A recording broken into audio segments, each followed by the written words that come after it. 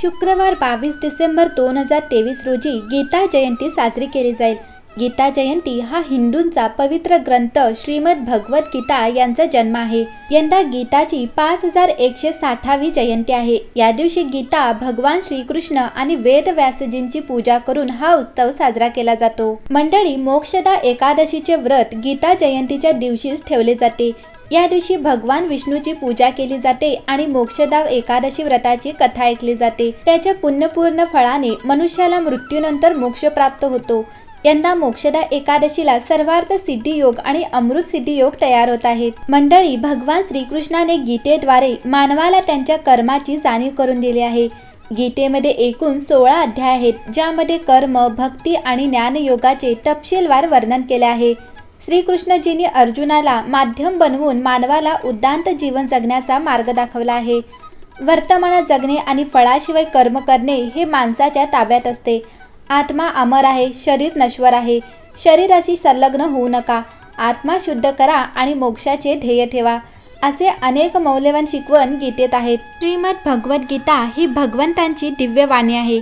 तिच्यातील विचार फारच सखोल व अनासय कल्याण करणारे आहेत। गीता उपदेश त्यांचे मनन केल्याने साधकांच्या हृदयात नवनवीन विलक्षण भाव प्रगट होतात। समुद्रात मिळणाऱ्या रत्नांचा एखाद्या वेळी अंत लागू शकेल, पण गीतेत मिळणारे मनोमुग्धकारक भावरत्नांचा अंत लागणे कठीण आहे। मंडळी, गीतेतील विचारांचे यथायोग्य आकलन झाल्यास गीतेच्या वक्त्याचा म्हणजे भगवंताचा आणि श्रोत्याचा म्हणजे अर्जुनाचा स्वयं गीतेचा व आपल्या स्वस्वरूपाचा योग्य तऱ्हेने बोध होतो। असा बोध झाल्यावर मनुष्य कृतकृत्य, ज्ञातव्य आणि प्रातप्रातव्य म्हणजे धन्य होतो। त्यामुळे त्यास नंतर काहीही करणे, जाणणे किंवा मिळविणे शिल्लक राहत नाही। त्याचा मनुष्य जन्म सर्व प्रकारे सफल होतो। श्रीकृष्ण म्हणतात, जी गोष्ट तुम्ही स्वतः कमवू शकता ती गोष्ट मागून आपलं महत्त्व कमी करू नका। मग तो पैसा असो, प्रेम असो किंवा इज्जत असो।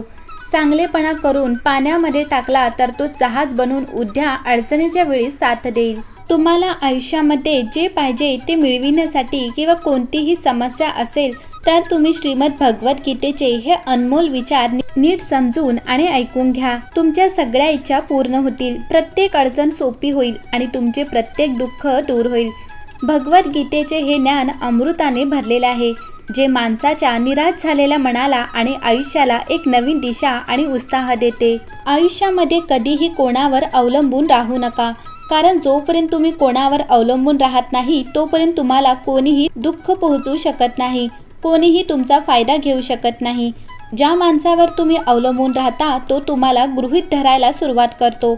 ज्या दिवशी तुम्ही तुमचं आयुष्य कोणावरही अवलंबून ठेवायला सुरुवात करता त्या दिवसापासूनच तुम्हाला त्याची गुलामी करावी लागते। कोणावरही अवलंबून राहणं मरण्यापेक्षाही वाईट असतं। अवलंबून राहणं तुम्हाला गुलाम बनवून टाकतं। तुम्ही कधी लक्ष दिलं आहे का? तुमचं आयुष्य तेच लोक खराब करतात ज्यांच्यावर तुम्ही अवलंबून असता। अवलंबून राहणं मनाचं सुद्धा असतं। एकटेपणा लोकांना झेलता येत नाही। जेव्हा आयुष्यामध्ये स्वतःला एकटं असल्यासारखं वाटेल तेव्हा ही खरी गोष्ट नीट समजून घ्या की तुम्ही या जगामध्ये एकटेच आले होते आणि एकटेच जाणार आहात। वास्तविक इथे कोणीही आपलं नसतं। एक दिवस तर जे वडील आपल्याला जन्म देतात ते सुद्धा एकटं सोडून निघून जाणार, मग दुसऱ्या लोकांकडून काय अपेक्षा करायची? जर कोणी तुमची साथ सोडत असेल तर एक गोष्ट लक्षात ठेवा, देव तुमची कधीही साथ सोडणार नाही। भगवत गीतेमध्ये श्रीकृष्णाने अर्जुनाला म्हटले, कोणत्याही माणसाने मला मानले किंवा नाही मानले तरी काही फरक पडत नाही, पण मी माणसाची साथ कधीही सोडणार नाही।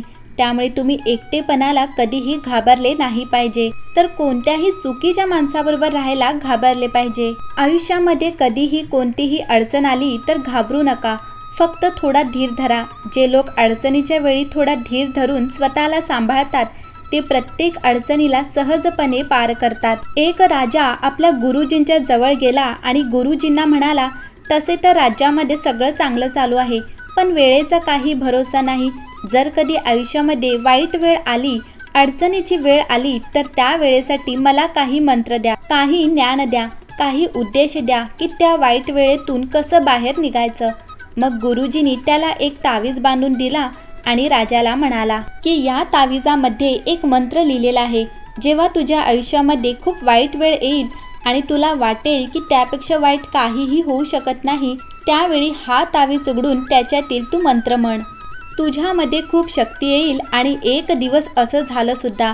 त्या राजाच्या राज्यावर दुसऱ्या राजाने आक्रमण केले आणि त्या राजावर अशी वेळ आली की त्याला त्याचं राज्य सोडून काही लोकांना घेऊन पळून जावं लागलं. त्यावेळी राजा खूप दुःखी होता आणि विचार करू लागला की गुरुजींनी मला तावीज दिला होता की आयुष्यामध्ये जेव्हा खूप वाईट वेळ येईल तेव्हा तो उघडून पहा आणि त्याच्यामध्ये जो मंत्र लिहिला आहे तो माझ्यामध्ये शक्ती निर्माण करेल. राजाने विचार केला की यापेक्षा वाईट वेळ असू शकत नाही. राजाने गुरुजींनी दिलेलं तावीज उघडला आणि त्यामध्ये लिहिलं होतं की ही वेळ सुद्धा निघून जाईल. ते विचार ऐकून राजाच्या मनामध्ये शक्ती तयार झाली. मनामध्ये विश्वास तयार झाला की वाईट वेळ सुद्धा निघून जाईल, त्यामुळे मला हिंमत हरून चालणार नाही.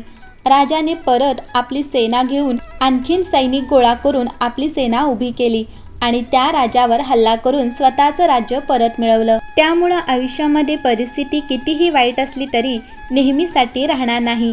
ती वेळ सुद्धा निघून जाईल. वेळ कसाही असला तरीही बदलेल नक्की. आपल्या आयुष्यामध्ये माहीत नाही किती वेळा दुःख आले, पण आपण प्रत्येक वेळी बाहेर निघतो. तुमच्या आयुष्यामध्ये कधी कोणतीही वाईट वेळ आली तर मनामध्ये विश्वास ठेवा की वेळ सुद्धा एक दिवस निघून जाईल. कधीही तुमची हिंमत हरू नका. जर तुमच्यामध्ये संयम आहे तर तुम्ही वाईटातल्या वाईट वेळेला सुद्धा सहजपणे पार कराल. जेव्हा तुमच्यावर कोणीही कपट कारस्थान करत असेल तेव्हा त्याला रागावणं बंद करा आणि दुःखी होऊ नका आणि त्याच्यापासून धडा घ्या की लोक खरे तर तसे नसतात जसं तुम्ही त्यांना समजता. इथं तर लोक स्वतःच्या चेहऱ्यावर मुखवटा घालून फिरतात. इथे प्रत्येक माणूस स्वतःला चांगले दाखवण्याच्या प्रयत्नात असतो. चांगलं बनवण्याचा प्रयत्न कोणीही करत नाही. तुम्ही कोणाबरोबर थोडंसं वाईट वागून तर पहा, समोरच्याचा खरा रंग समोर येईल. तसंच तुमच्या आयुष्यामध्ये कोणतीही वाईट वेळ आली तर केव्हाही तुम्हाला त्याचा खरा रंग समजेल. त्यामुळे कोणावरही लगेच भरोसा केला नाही पाहिजे असं श्रीकृष्ण सांगतात.